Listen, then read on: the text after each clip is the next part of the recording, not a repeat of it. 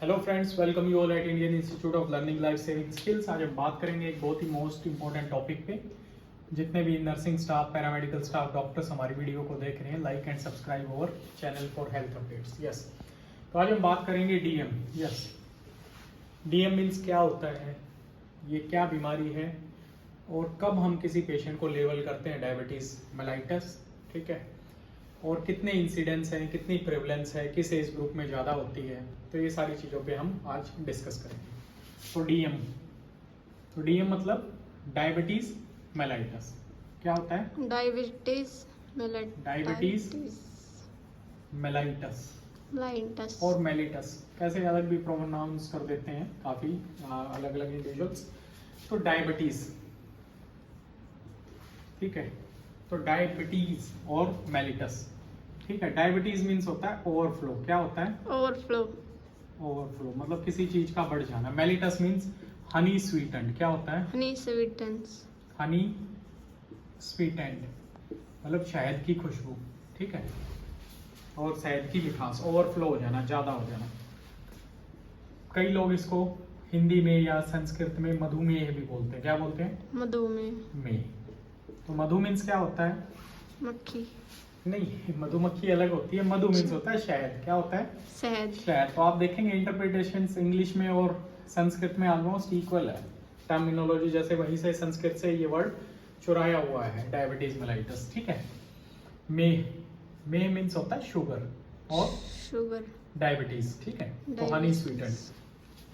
Okay, तो diabetes mellitus, overflow, Honey sweetened, sugar का blood sugar level में बढ़ जाना, ब्लड में बढ़ जाना। तो ब्लड लेवल्स इंक्रीज हो जाना, इसको हम क्या बोलते हैं? शुगर। ओके, अब जो डीएम है उसके दो टाइप हैं, type 1 DM, type 2 DM. Type 1 DM और टाइप 2 डीएम। तो इसको हम जो बोलते हैं टाइप 1 डीएम मतलब जो टाइप 1 होती है, इसको बोलते हैं जुवेनाइल। क्या बोलते हैं? जुवेनाइल, ठीक है, यानी बच्चों में ही पाई जाती है ये, और ये कम उम्र से स्टार्ट हो जाती है। टाइप 2 डीएम जो है ये अडल्ट्स में बोलते हैं। क्या बोलते हैं? अडल्ट्स में। पहले टर्म थी insulin dependent diabetes mellitus, non insulin dependent diabetes mellitus.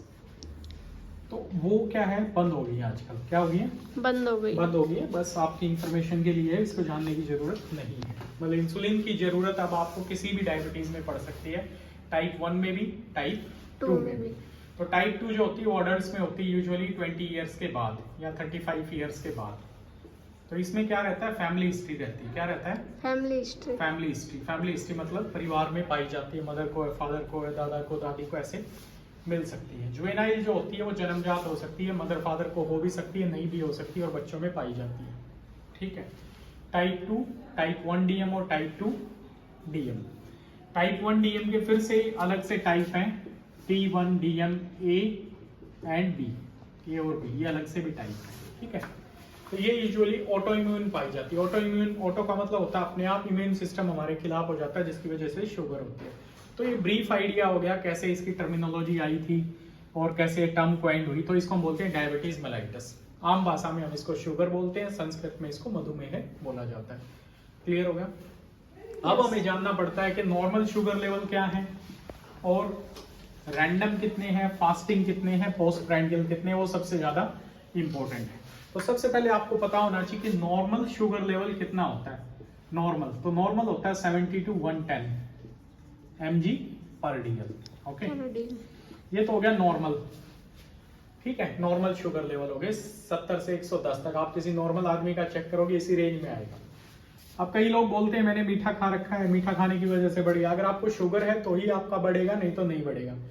जो आदमी नॉर्मल है, अगर वो 1 किलो रसगुल्ले खा के भी चेक करवाएगा तो उसका इसी रेंज में आएगा, 70 से 110 के बीच में। तो ये वर्ड्स को आप ऐसे डिनाई कर सकते हैं, ठीक है।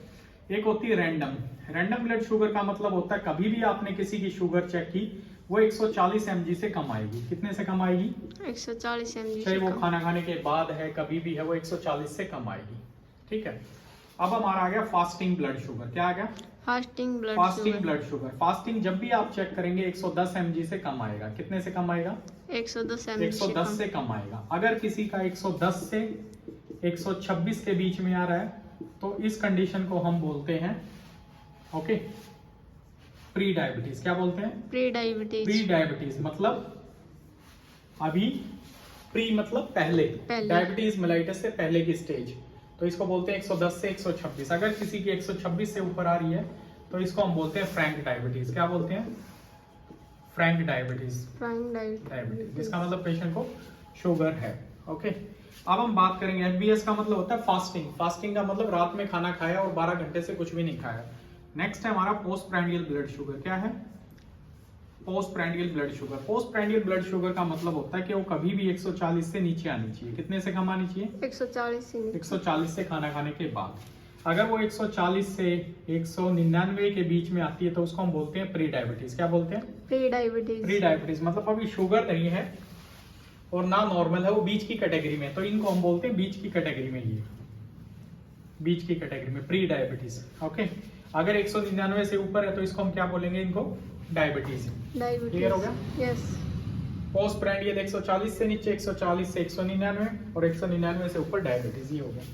एक होती है रैंडम ब्लड शुगर। क्या होती है? रैंडम ब्लड शुगर मतलब आपको पता ही नहीं, कभी पेशेंट आया उसी टाइम हमने चेक कर दी, इंस्ट्रक्शंस के हिसाब से नहीं है।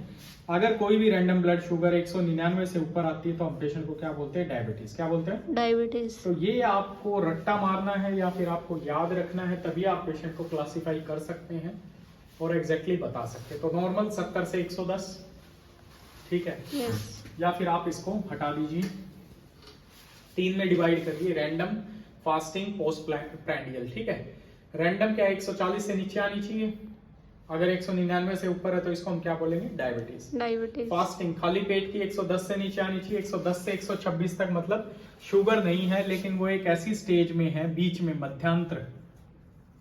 मध्यांतर में है ऐसे, जहां पे वो दोनों तरफ जा सकते हैं, इस साइड भी जा सकते हैं, इस साइड भी जा सकते हैं। अगर वो अच्छी डाइट कंट्रोल करते हैं, एक्सरसाइज करते हैं, कार्बोहाइड्रेट डाइट कम लेते हैं, तो वो कहाँ? इस कैटेगरी में आ जाएंगे, नॉर्मल की तरफ। अगर वो लाइफस्टाइल अच्छी फॉलो नहीं करते, स्ट्रेस रहता है ज्यादा, एक्सरसाइज कम करते हैं, वेट गेन करते हैं, ओके, और फास्ट फूड, जंक फूड ज्यादा खाते हैं, तो उससे क्या होगा? वो टर्न कर जाएंगे फ्रैंक डायबिटीज मेलाइटस में, इस कैटेगरी में। क्लियर हो गया? यस। पोस्ट प्रैंडियल 140 से नीचे रहेगी, 140 से 199 तक प्री डायबिटिक रहेगी और 199 से ऊपर क्या हो जाएगी? Diabetes mellitus. तो ये चीजें आपको ध्यान रखने की जरूरत है, तभी आप बोल सकते हो किसी को डायबिटीज है। सिंगल रीडिंग से हम कुछ भी नहीं बता सकते, एक सिंगल रीडिंग से हम कुछ भी नहीं बता सकते। आजकल एक और टेस्ट है जो काफी ज्यादा मतलब बताया जाता है या एडवाइस किया जाता है या पेशेंट खुद ही आके पूछता है, उसको बोलते हैं 3 महीने की शुगर वाला टेस्ट, HbA1c, ऐसे लिखते हैं, HbA1c, HbA1c। Hb मतलब होता है हीमोग्लोबिन, तो इसको हम बोलते हैं ग्लाइकोसिलेटेड हीमोग्लोबिन। ग्लाइको मीन्स होगी शुगर, सिलेटेड मतलब उससे चिपका हुआ होता है जो ग्लाइकोसिलेटेड हीमोग्लोबिन। तो हमारी जो आरबीसी होती है, आरबीसी के अंदर हमारा क्या होता है? Hb होता है, और आरबीसी की लाइफ होती है 120 डेज की। ठीक है, तो इसलिए हमें ये 3 महीने की शुगर का एवरेज बताता है। क्या बताता है? एवरेज बताता है। HbA1c से किसी की शुगर का कोई मतलब संबंध नहीं होता है। सपोज करिए HbA1c यूजुअली 5.5 से कम होना चाहिए। कितने से कम होना चाहिए? 5.5 से, और ये 14 से ऊपर तक मिलता है लोगों का। 5.5 से 6, 6 से 7.5, 7.5 से 10 तक, 10 से 14 तक, 14 से ऊपर, ऐसे इसकी कैटेगरीज है, माइल्ड, मॉडरेट, सीवियर, मतलब अनकंट्रोल्ड स्टेटस की। तो अगर किसी का HbA1c 10 है, लेकिन हो सकता है उसकी शुगर, HbA1c 10 का मतलब पुअरली कंट्रोल्ड होगी, लेकिन हो सकता है उसका शुगर लेवल आप चेक करो 218 है। क्लियर? हो सकता है किसी का HbA1c 5 हो और उसकी शुगर आप चेक करो मिले 418, ऐसे हो सकता है। इसमें कोई मेजर वो टास्क नहीं है। तो जब भी हम डायबिटीज के पेशेंट को देखते हैं तो आपको ये लेवल्स पे ध्यान देना है कि वो शुगर कौन सी चेक करवा के आए। रैंडम कभी भी आया बस ऐसे चेक करवा ली, फास्टिंग खाली पेट वाली है, पोस्ट प्रैंडियल है, तो उसके बेस पे आपको डिसाइड करना है। कई लोग बोलते हैं कि भाई मैं अभी मीठी चाय पी थी इसलिए मेरी शुगर बढ़ी हुई आई। ऐसा कुछ भी नहीं होता। अगर मीठी आपने 5 चाय भी पी ली, अगर आपको शुगर नहीं है तो वो 110 से ऊपर नहीं जाएगी, 140 से ऊपर नहीं जाएगी। वो तभी जाएगी अगर आपको आप कॉम्प्रोमाइज्ड हैं, ठीक है, या फिर आप शुगर की प्री डायबिटिक स्टेज में हैं, तभी वो जाएगी, नहीं तो बड़ी हुई नहीं जाएगी। तो ये लेवल्स को आपको हमेशा ध्यान में रखना है। Okay, so these are the level routine में हम फॉलो करते हैं और हम पेशेंट का चेक करते हैं। अब जो शुगर हम चेक करते हैं पेशेंट का, वो दो तरह से चेक करते हैं। कैसे चेक करते हैं? दो तरह से। एक तो हो गया हमारा ग्लूकोज से, जिसको हम बोलते हैं रैंडम ब्लड शुगर, ठीक है। ग्लूकोज से हमने चेक कर दी, ग्लूकोमीटर से। किससे चेक कर दी? ग्लूकोमीटर मशीन से हमने चेक कर दी। ओके, एक हम चेक करते हैं सिरम से। किससे चेक करते हैं? सिरम से। पेशेंट का सैंपल लेते हैं, सैंपल को प्रिजर्व किया जाता है और उसमें से सिरम तैयार करके उसमें से शुगर बताई जाती है, जो भी RBS है, FBS है। अब इनका मतलब समझ गए ना क्या होता है? Random blood sugar, fasting blood sugar, postprandial blood sugar, ठीक है। तो ये चीजें इंपॉर्टेंट होती हैं। ग्लूकोमीटर से हम चेक करते हैं, इंस्टेंट हमारे पास रीडिंग आ जाती है। जैसे ग्लूकोमीटर है तो वो तुरंत उसके अंदर दिखा देता है 148 आ गई। कितनी आ गई है? 148। आपने स्ट्रिप लगाई और तुरंत हमें पता चल गया। यूजुअली पेशेंट भी चेक कर लेते हैं, आजकल आपको लैब में कई जगह मिलता है। लेकिन इसकी जो प्रॉक्सिमिटी है वो 10% अप एंड डाउन बता देती है, 10 to 20%। मतलब वो कम भी बता सकती है, ज़्यादा भी बता सकती है। और इमीडिएट यूज के लिए ठीक है, हम इससे इमीडिएटली चेक करके एक अंदाजा हमें मिल जाता, अप्रोक्सीमेट मिलता। This is the exact method, हमें एग्जैक्टली इससे पता चलता। तो ये चीजें हमें ध्यान में रखनी चाहिए। ओके, तो ये हो गया हमारा डायबिटीज के बारे में, ठीक है। अब हम बात कर रहे थे टाइप 1। ये तो हो गया हमें डायबिटीज कब घोषित करनी है, मतलब कब हमें पता चलेगा कि किसी को शुगर है। अब डायबिटीज में क्या रहता है? टाइप 1 और टाइप 2 रहती है। तो टाइप 1 मैंने बताया किस में रहेगी? बच्चों में, जुवेनाइल। जैसे आपने सुना होगा एक 5 साल के बच्चे को शुगर है और शुगर कितनी है? 840। एक 10 साल के बच्चे को शुगर है और शुगर कितनी आई है? 740, 720। तो ये क्या है? टाइप 1 DM है। कौन सी है? टाइप 1 DM है। इसमें जो हमारी जो बीटा सेल्स हैं, बीटा सेल्स जो सिक्रीट करती हैं क्या? इंसुलिन। जो इंसुलिन सिक्रीट करती हैं बीटा सेल्स, वो बिल्कुल से डैमेज हो गई हैं। इंसुलिन सिक्रीट ही नहीं हो रहा है। इंसुलिन सिक्रीट ही नहीं हो रहा है, तो इंसुलिन का काम होता है कि जो ब्लड के अंदर शुगर है उसको कहाँ भेज दे? वो टिश्यूज के अंदर भेज दे। ये हमारा ब्लड है, ब्लड के अंदर खाने के बाद जो शुगर बढ़ती है वो यहाँ पे भेज दे, ठीक है। वो किसके द्वारा की जाती है? इंसुलिन के द्वारा। तो इसको वो यहाँ पे भेज देता है, तो शुगर लेवल ब्लड में मेंटेन रहते हैं। जितनी आवश्यकता है उतना निकल जाता है। लेकिन अगर इंसुलिन बन ही नहीं रहा तो वहां पे भेजेगा कैसे? तो फिर क्या होगा? किडनी के थ्रू शुगर बाहर जाएगी। किसके थ्रू? किडनी के थ्रू, यानी यूरिन के थ्रू, पेशाब के थ्रू शुगर बाहर जाएगी।